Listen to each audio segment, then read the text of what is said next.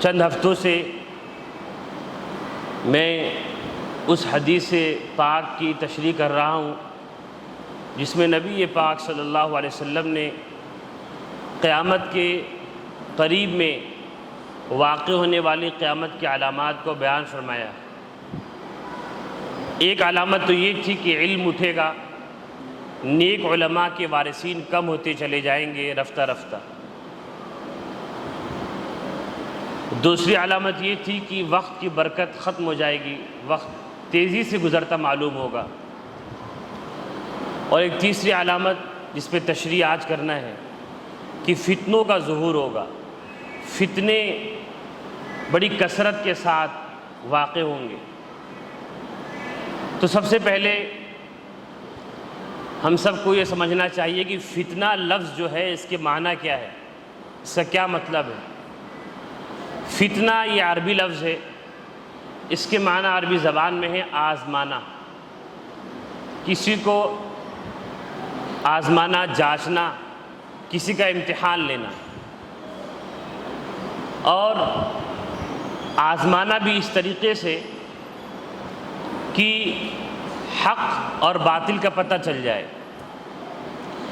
اسی لیے عربی زبان میں بولتے تھے جب سونے کو آگ پر ڈالتے تھے تاکہ سونا الگ ہو جائے اور کھوٹا الگ ہو جائے، کھوٹ جو سونے کے اندر ملی ہوتی تھی وہ الگ ہو جائے اور کھرا سونا الگ ہو جائے، تو اس عمل کو بھی فتنہ بولتے تھے کہ فتنت الذهب او الفضة اذا اذبتهما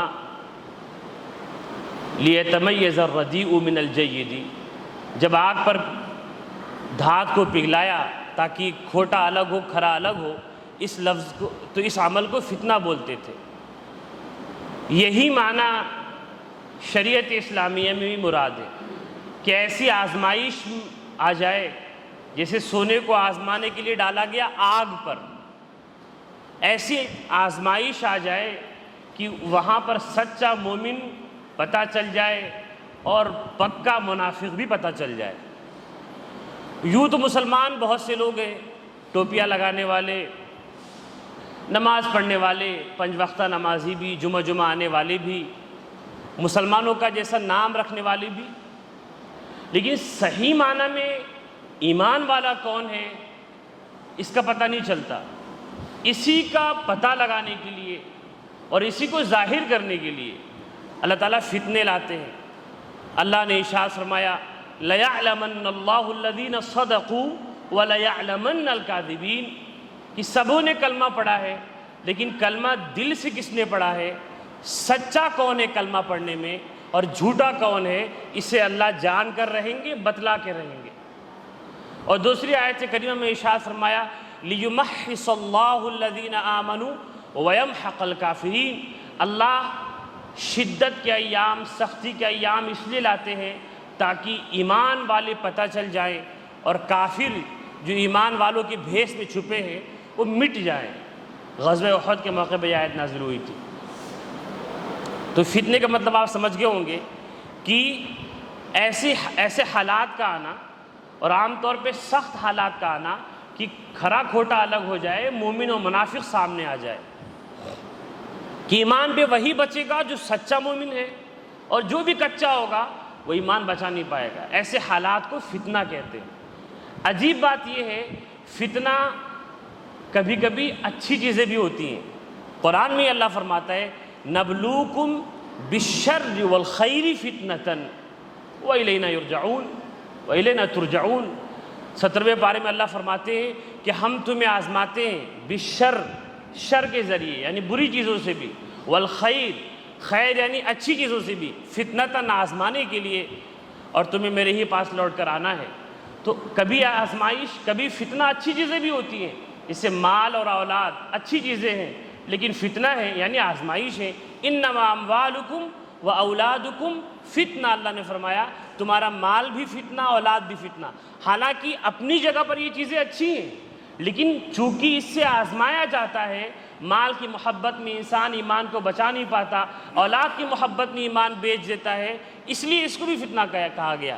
اس کا مطلب کیا سمجھ میں آیا کہ فتنہ ہونے کے لیے کسی چیز کا برا ہونا ضروری نہیں ہے، بہت سی مرتبہ اچھی چیزیں بھی فتنہ ہوتی ہیں۔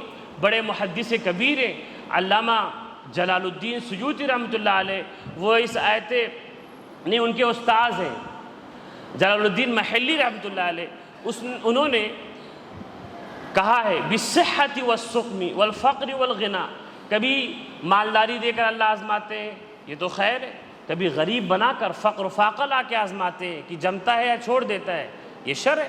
کبھی صحت دے کے آزماتے ہیں کہ صحت کے زمانے میں اللہ کو یاد کرتا ہے، شکر کرتا ہے یا نہیں کرتا، کبھی مرض سے آزماتے ہیں اور یہ شر ہے۔ تو فتنے کے لیے شر اور برا ہونا ضروری نہیں ہے، ایسا ہو سکتا ہے کوئی چیز اپنی جگہ پہ اچھی ہے لیکن ہمارے لیے فتنہ ہے، یعنی آزمائش ہے۔ فتنہ مانا آزمائش۔ اب آتے ہیں اس حدیث شریف کی تشریح پہ، جب آپ فتنہ کے لفظ سمجھ چکے تو اللہ کے رسول صلی اللہ علیہ وسلم نے ارشاد فرمایا کہ قیامت کے قریب میں فتنے رونما ہوں گے، بڑی تعداد میں رونما ہوں گے۔ بلکہ ایک دوسری روایت میں تو یہاں تک کہا کہ فتنے ایسے آئیں گے، پیہم آئیں گے، تسلسل کے ساتھ آئیں گے۔ ایک فتنہ آئے گا اور ختم ہوگا کہ دوسرا فتنہ کھڑا ہو جائے گا، اور وہ ختم ہوگا تیسرا فتنہ کھڑا ہوگا۔ پیہم یکے بعد دیگرے، پے بپے مسلسل فتنے آئیں گے، آزمائش ختم ہی نہیں ہوگی۔ اسی زمانے کے بارے میں اللہ کے رسول صلی اللہ علیہ وسلم نے فرمایا کہ اس زمانے میں دین پہ جمنا بہت مشکل ہوگا، کیونکہ بار بار آزمائشیں آئیں گی۔ جب کسی کا بار بار امتحان لیا جائے تو ظاہر ہے پھر بہت مشکل ہوگا جم پانا۔ فرمایا کہ ایک زمانہ ایسا آئے گا، یعنی فتنوں کا زمانہ آئے گا کہ اس وقت دین پہ جمنا اتنا ہی مشکل ہوگا کالقابض علی الجمر، جیسے اپنی مٹھیوں میں آگ کو بند کر لینا، انگارے کو بند کر لینا۔ کتنے لوگ بند کر پائیں گے مٹھیوں میں انگارے کو؟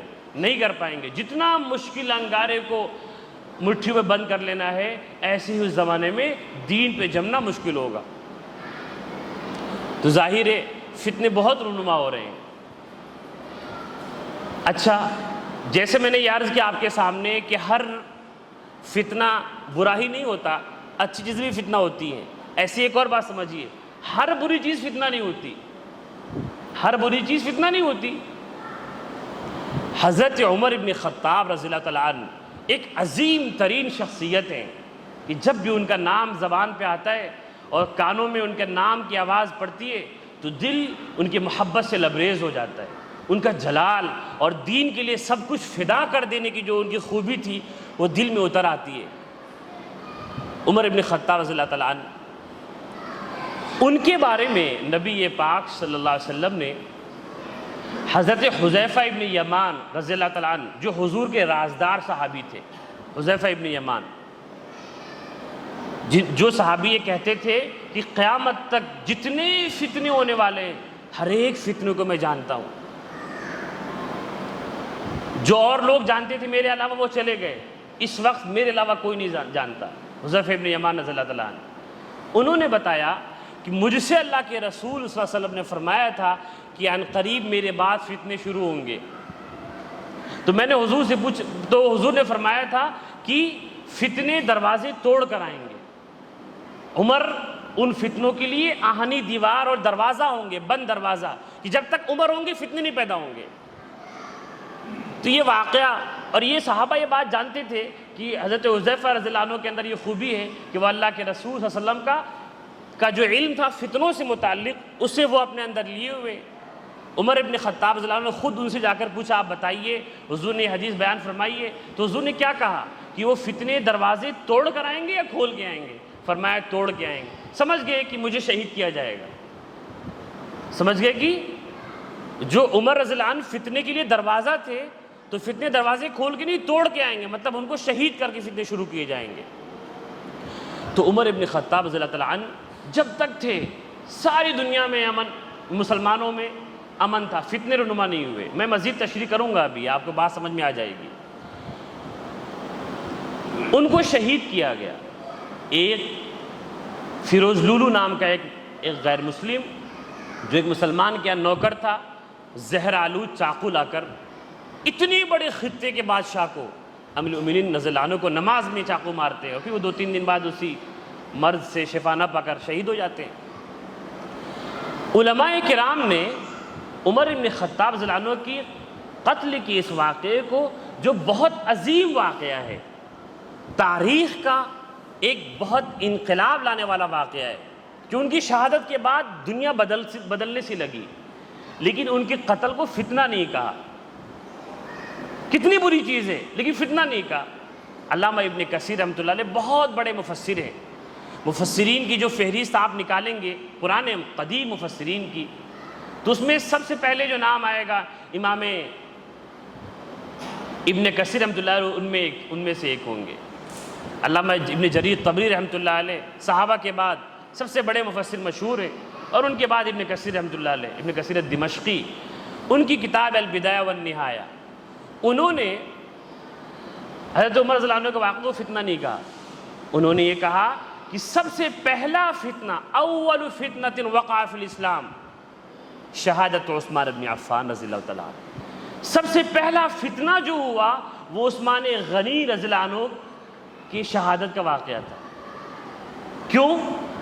دونوں بڑے صحابیوں کو قتل ہے، ایک کو فتنہ اور ایک کو فتنہ نہیں کہا گیا۔ کیوں؟ عمر ابن خطاب رضی اللہ عنہ کی شہادت کے واقعے کو لے کر ایسے حالات پیدا نہیں ہوئے کہ جس سے مسلمان آزمائش میں مبتلا ہو جائیں۔ حق معلوم تھا، کوئی اس شہادت کے واقعے سے کسی کا عمل نہیں چھوٹا، دنیا میں بدعملی نہیں پھیلی، گناہ نہیں عام ہو گیا، قتل نہیں عام ہو گیا، جھگڑے نہیں پھیل گئے، لیکن عثمان غنی رضی اللہ عنہ کی شہادت کے بعد امت میں 2 طبقے بن گئے، بڑی خوریزی ہوئی۔ تو ایسا گناہ، ایسی برائی یا ایسی اچھی چیز بھی جس کی وجہ سے عمل پہ جمنا مشکل ہو، اسے فتنہ کہتے ہیں۔ اب آپ پوری بات سمجھ گئے ہوں گے۔